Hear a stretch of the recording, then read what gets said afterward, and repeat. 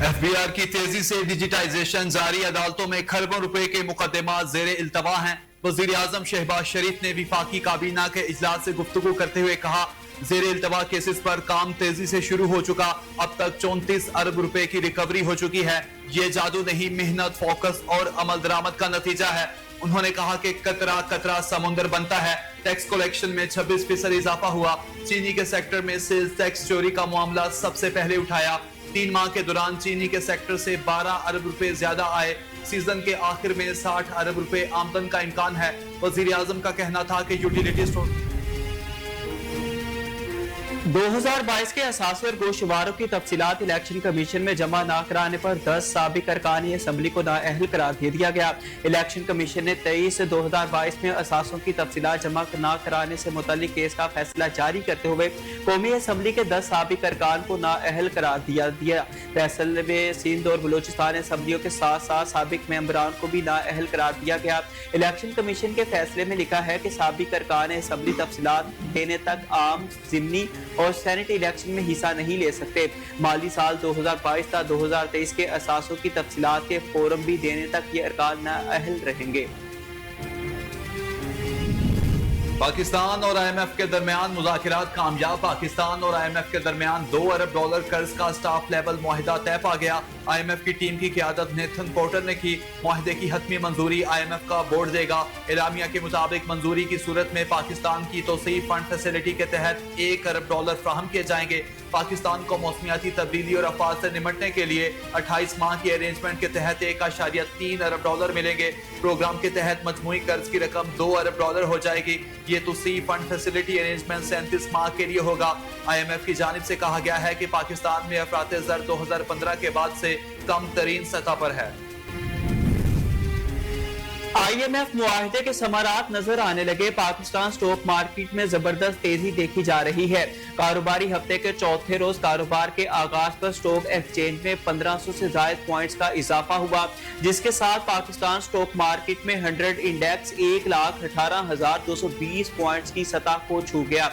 वाज़ेह रहे कि गुज़िश्ता कारोबारी दिन के इख्तिताम पर 193 पॉइंट्स के इजाफे के साथ स्टॉक एक्सचेंज में इंडेक्स 1,16,633 पॉइंट्स की सतह पर बंद हुआ था। विफाकी वजीर खजाना मोहम्मद औरंगजेब का आईएमएफ प्रोग्राम पर सख्ती से कारबंद रहने के अज़्म का इजहार। आईएमएफ मुआहिदा होने के बाद निजी टीवी से गुफ्तगू करते हुए वजीर खजाना मोहम्मद औरंगजेब का कहना था कि टैक्स, तवानाई और सरकारी इदारों से मुतालिक इस्लाहात जारी रखेंगे। उन्होंने कहा कि मुल्क को पैदावारी और बरामदी तरक्की की राह पर गामजन करने के लिए पुरअज़्म है।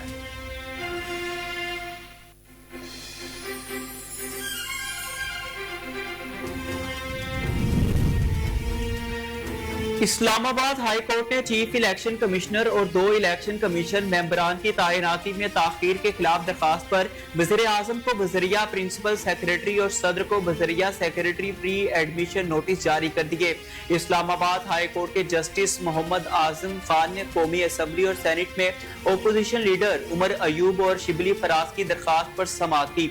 अदालत ने चीफ इलेक्शन कमिश्नर और इलेक्शन कमीशन अरकार को भी प्री एडमिशन नोटिस जारी कर दिए।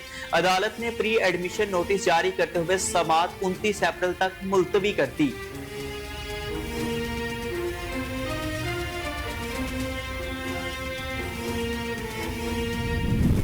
सेंट्रल पावर परचेजिंग एजेंसी ने फी यूनिट बिजली 30 पैसे सस्ती करने की दरखास्त कर दी। फरवरी की माहाना फ्यूल प्राइस एडजस्टमेंट की दरखास्त पर नेपरा में समाअत हुई।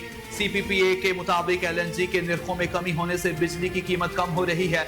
समाअत में बिजली की खपत में कमी से मुतालिक नेपरा ने तशवीश का इजहार किया और मेंबर टेक्निकल रफीक शेख ने सवाल करते हुए कहा कि मुस्तकबिल में बिजली की ग्रोथ क्या होगी, कोई स्टडी है? इस हवाले से सीपीपीए का मौकिफ था, डिस्कोर्स की सतह पर स्टडी कराई जा रही है।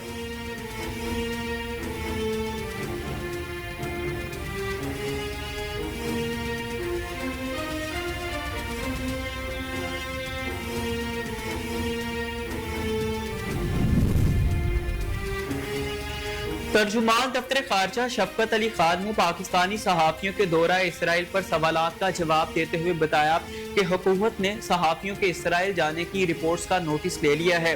ترجمان دفتر خارجہ کے مطابق پاکستانی پاسپورٹ پر واضح طور پر درج ہے کہ یہ اسرائیل کے سفر کے لیے قابل استعمال نہیں ہے۔ موجودہ قوانین کے تحت ایسا کوئی دورہ ممکن نہیں ہے۔ دفتر خارجہ کے ترجمان کے مطابق پاکستان کا اسرائیل کے بارے میں موقف تبدیل نہیں ہوا۔ پاکستان اسرائیل کو تسلیم نہیں کرتا۔ پاکستان فلسطینی عوام کے جائز حقوق کی غیر متزلزل حمایت کرتا ہے۔ ترقی پذیر ملکوں کے لیے قرضوں کی ادائیگی اجتماعی مسئلہ ہے۔ اقوام متحدہ میں پاکستان کے مستقل مندوب عاصم افتخار نے گفتگو کرتے ہوئے کہا کہ ترقی پذیر ملکوں کو مالی وسائل کے اخراج کا بھی سامنا ہے۔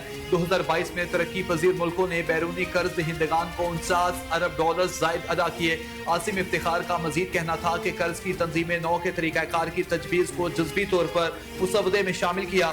قرضوں کے ریلیف پر جرأتمندانہ موقف اختیار کیا جائے گا۔ وزیر اعلیٰ پنجاب مریم نواز کا عید شاپنگ پر آئی خواتین کے تحفظ کے لیے بڑا اقدام اٹھا لیا۔ پنجاب کے مختلف شہروں میں خواتین اور فیملیز کے لیے بازاروں میں لیڈی پولیس اسکواڈ تعینات کر دی۔ اوکاڑا میں 50 خواتین اہلکاروں پر مشتمل سائیکل اسکواڈ تعینات کر دیا۔ موٹر سائیکل اسکواڈ اور پیدل خواتین اہلکار بھی ڈیوٹی پر موجود رہیں گی۔ اہلکار خواتین اور فیملیز کو ہراسانی، چھینا جھپٹی اور دیگر جرائم سے بچانے کے لیے متحرک رہیں گی۔ خواتین اہلکاروں نے اوکاڑا، رینالا اور دیپال پور کے بازاروں میں گشت کیا۔ بھکر میں بھی لیڈی پولیس اہلکار خواتین کی حفاظت کے لیے پیش رہی۔ چیئرمین پیپلز پارٹی بلاول بھٹو زرداری نے پی ایس ایف اور پی وائی او کی تنظیمیں تحلیل کرنے کی اجازت دے دی۔ چیئرمین پیپلز پارٹی سے صوبائی قیادت نے ملاقات کی۔ بلاول ہاؤس میں ہونے والی ملاقات میں تنظیمی امور اور اتحادی حکومت کے معاملات پر تبادلہ خیال کیا گیا۔ ملاقات کرنے والوں میں صدر پیپلز پارٹی وسطی پنجاب راجہ پرویز اشرف اور صوبائی جنرل سیکرٹری حسن مرتضیٰ شامل تھے۔ ذرائع کے مطابق راجہ پرویز اشرف نے پی ایس ایف اور پی وائی او کی تنظیمیں تحلیل کرنے کی اجازت طلب کر لی۔ بلاول بھٹو زرداری نے دونوں تنظیموں کو تحلیل کرنے کی اجازت دے دی۔ چیئرمین پیپلز پارٹی نے پی ایس او اور پی وائی او میں متحرک نوجوان شامل کرنے کی ہدایت کر دی۔ عید کے بعد دونوں تنظیموں میں تبدیلی کے امکانات کا جائزہ لیا جائے گا۔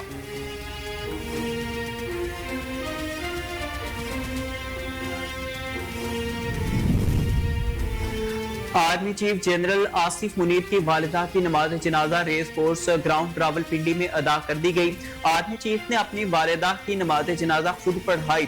آرمی چیف کی والدہ کی نماز جنازہ میں صدر مملکت آصف علی زرداری، وزیر اعظم شہباز شریف اور صدر مسلم لیگ نون نواز شریف نے شرکت کی۔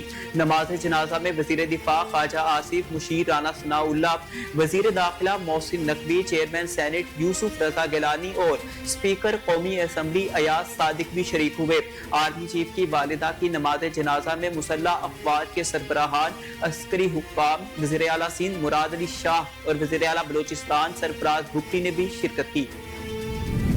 اسلام آباد ہائی کورٹ نے چیف الیکشن کمشنر اور 2 کمیشن ممبران کی تعیناتی میں تاخیر کے خلاف درخواست کل سماعت کے لیے مقرر کر دی۔ جسٹس محمد اعظم خان کل درخواست پر سماعت کریں گے۔ قومی اسمبلی اور سینٹ میں اپوزیشن لیڈران عمر ایوب اور شبلی فراز نے درخواست دائر کی۔ درخواست میں موقف اختیار کیا گیا کہ چیف الیکشن کمشنر ممبر سندھ اور بلوچستان اپنی مدت مکمل کر چکے ہیں۔ نئے چیف الیکشن کمشنر اور ممبران کی تعیناتی میں تاخیر کر کے آئین کی خلاف ورزی کی جا رہی ہے۔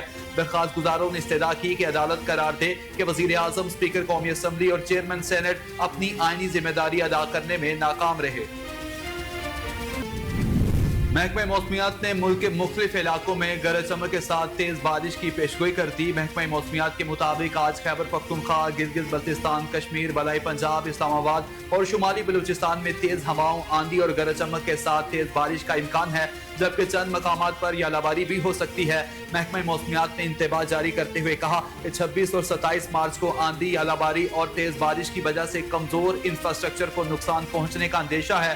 یالہ باری اور آندھی سے پنجاب اور خیبر پختونخوا کے میدانی علاقوں میں کھڑی فصلوں کو نقصان بھی پہنچ سکتا ہے۔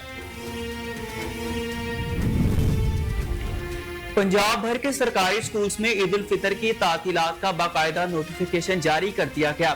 सेक्रेटरी स्कूल्स एजुकेशन खालिद नजीर बट्टू के मुताबिक पंजाब भर के सरकारी स्कूल्स में ईद की छुट्टियों का आगाज 28 मार्च से होगा। छुट्टियों का सिलसिला 6 अप्रैल तक जारी रहेगा। स्कूल 7 अप्रैल से दोबारा खुलेंगे। खालिद नजीर बट्टू ने कहा कि नए तालीमी साल का आगाज भी 7 अप्रैल से होगा, जबकि स्कूल्स में सालाना नताइज का ऐलान 4 अप्रैल को किया जाएगा। याद रहे कि गुज़िश्ता रोज महकमा हायर एजुकेशन ने भी ईद उल फितर की तातीलात का ऐलान किया था। ईरान ने अगले साल होने वाले मेंस फीफा वर्ल्ड कप के लिए क्वालिफाई कर लिया। फुटबॉल वर्ल्ड कप अगले बरस अमेरिका, कनाडा और मैक्सिको में होगा, जिसमें 48 टीमें शिरकत करेंगी। इन दिनों मुख्तलिफ बड़े आज़मों में मेगा इवेंट के लिए क्वालिफाइंग राउंड जारी है। ईरान ने तेहरान के आजाद स्टेडियम में वर्ल्ड कप क्वालिफाइड एशिया के ग्रुप ए के मैच में उज्बेकिस्तान के खिलाफ मुकाबला 2-2 से बराबर करके फुटबॉल वर्ल्ड कप 2026 के लिए अपनी जगह पक्की कर ली। T20 सीरीज के आखिरी मैच में न्यूजीलैंड ने पाकिस्तान को 8 विकेटों से शिकस्त दे दी। कीवीज ने पाकिस्तान के खिलाफ टॉस जीतकर फील्डिंग का फैसला किया। कौमी टीम ने पहले बैटिंग करते हुए 9 विकेटों के नुकसान पर मुकर्ररा 20 ओवर्स में 128 रन स्कोर किए थे। जवाब में कीवी बल्लेबाजों ने धुआंधार बैटिंग करते हुए 2 विकेटों के नुकसान पर 129 रन का हदफ 10 ओवर्स में हासिल कर लिया। ओपनर्स पाकिस्तान को जारहाना आगाज देने में नाकाम रहे। हसन नवाज एक मरतबा फिर सिफर, जबकि मोहम्मद हारिस 11 रन के मेहमान साबित हुए।